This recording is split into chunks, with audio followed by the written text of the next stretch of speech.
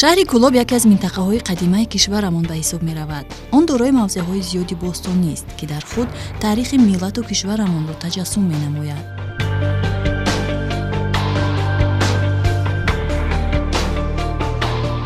муассисаи давлатии муҷтамаи ҷумҳуриявии осорхонаи шаҳри Кӯлоб яке аз онҳост. Он бо қарори ҳукумати ҷумҳурии Тоҷикистон аз моҳи сентябри соли 2006 ба фаъолият шурӯъ кард.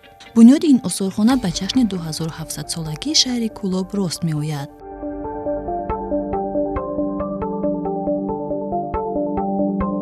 аз ибтидо то ба имрӯз дар ин осорхона 5 шуъба амал мекунад. дар ин шуъбаҳо беш аз 3000 нигора ба маърази тамошо гузошта шудаанд.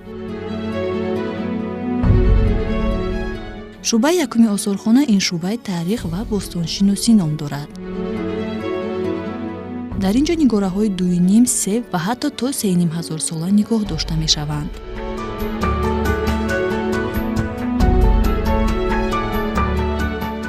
дар омӯзиши таърихи гузаштаи мо сиккашиносӣ аҳамияти калон дорад. дар ҳудуди хатлон ва махсусан қисмати Кӯлоб тангаҳои қариб аксари давлату сулолаҳо ва халқиятҳои Осиёи Миёна ва ҳатто Русияи Шоҳӣ дарёфт шудаанд.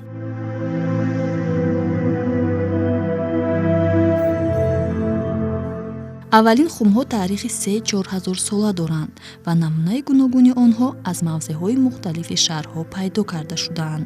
боиси қайд аст, ки дар замонҳои қадим хумро ҳатто барои дафн низ истифода мебурданд. ногуфта намонад, ки онҳоро дар аввал бо даст рост мекарданд. минбаъд сохтани онро дар чархҳои кулолгарӣ ба роҳ монданд.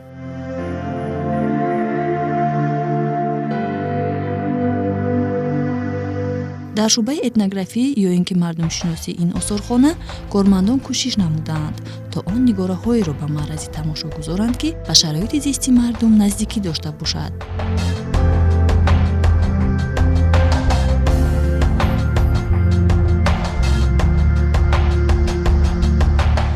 боиси қайд аст, ки дар Кӯлоби қадим ҳунарҳои гуногуни мардумӣ аз қабили дуретгарӣ, чармгарӣ, кулолгарӣ ва ғайра хеле ривоҷ дошт. махсусан ҳунарҳои кулолгарӣ яке аз ҳунарҳои қадимаи шаҳри Кӯлоб ба ҳисоб рафта, таърихи беш аз 6000 сола дорад.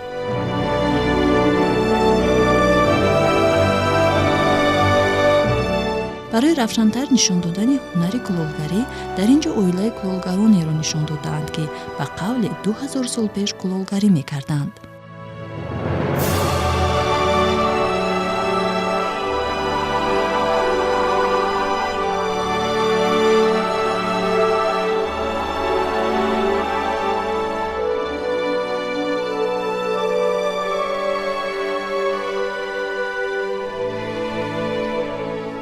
طبق ишораҳои таърихӣ замоне тавассути Кӯлоб низ роҳи Абрешим мегузаштааст ва намунаи ҳунарҳое, ки дар ин сарзамин буданд, тавассути корвонҳо ба дигар мамлакатҳо бурда мешуданд.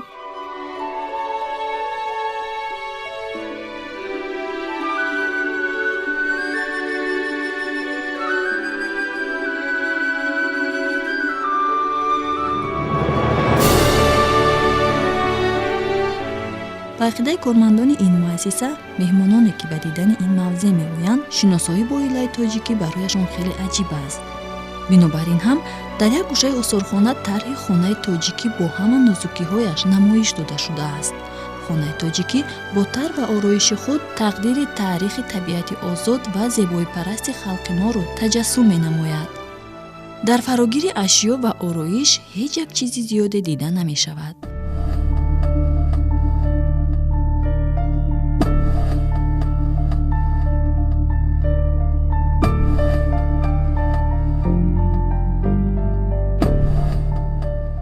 либос бо сайри таърихии хеш роҳи пешрафтаи маънавӣ ва зебоипарастии одамонро ифода менамояд. аксари нишонаҳои либоси анъанавии тоҷикон аз ҷумла хатлониён аз зарурати кори мардум дар иқлими гарм пайдо шудааст. либоси тоҷикӣ муҳофизи бадан ва ҳамчунин шинам ва зебо мебошад.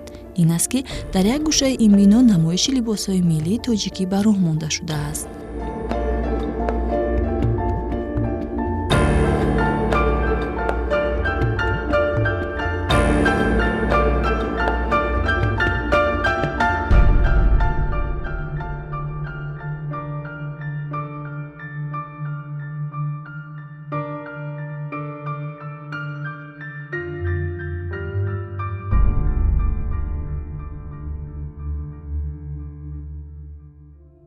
инчунин дар ин осорхона шӯъбаи табиати кишвари ман фаъолият менамояд, ки аз 6 гӯша иборат аст.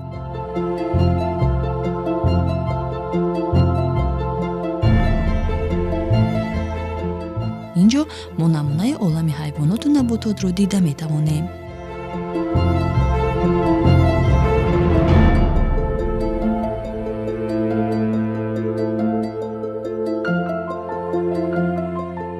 шаҳри Кӯлоб бо ин ном дар асарҳои Ибн ал-Асири ал-Комил фи таърих, ки дар асри 13 умр ба сар бурдааст, ёд мешавад. аз ҷумла дар он ҷо омадааст, ки вақте Мир Саид Алии Ҳамадонӣ ба Кӯлоб омад ва ин ҷоро макони зист интихоб намуд, шаҳр яке аз калонтарин шаҳрҳои Мовароуннар ҳисобида мешуд. дар он даҳҳо мадраса, корвонсарой ва марказҳои савдову ҳунармандӣ амал менамуданд. мо бошем дар бораи ин мавзеъҳои таърихии шаҳр дар барномаҳои оянда маълумот хоҳем дод.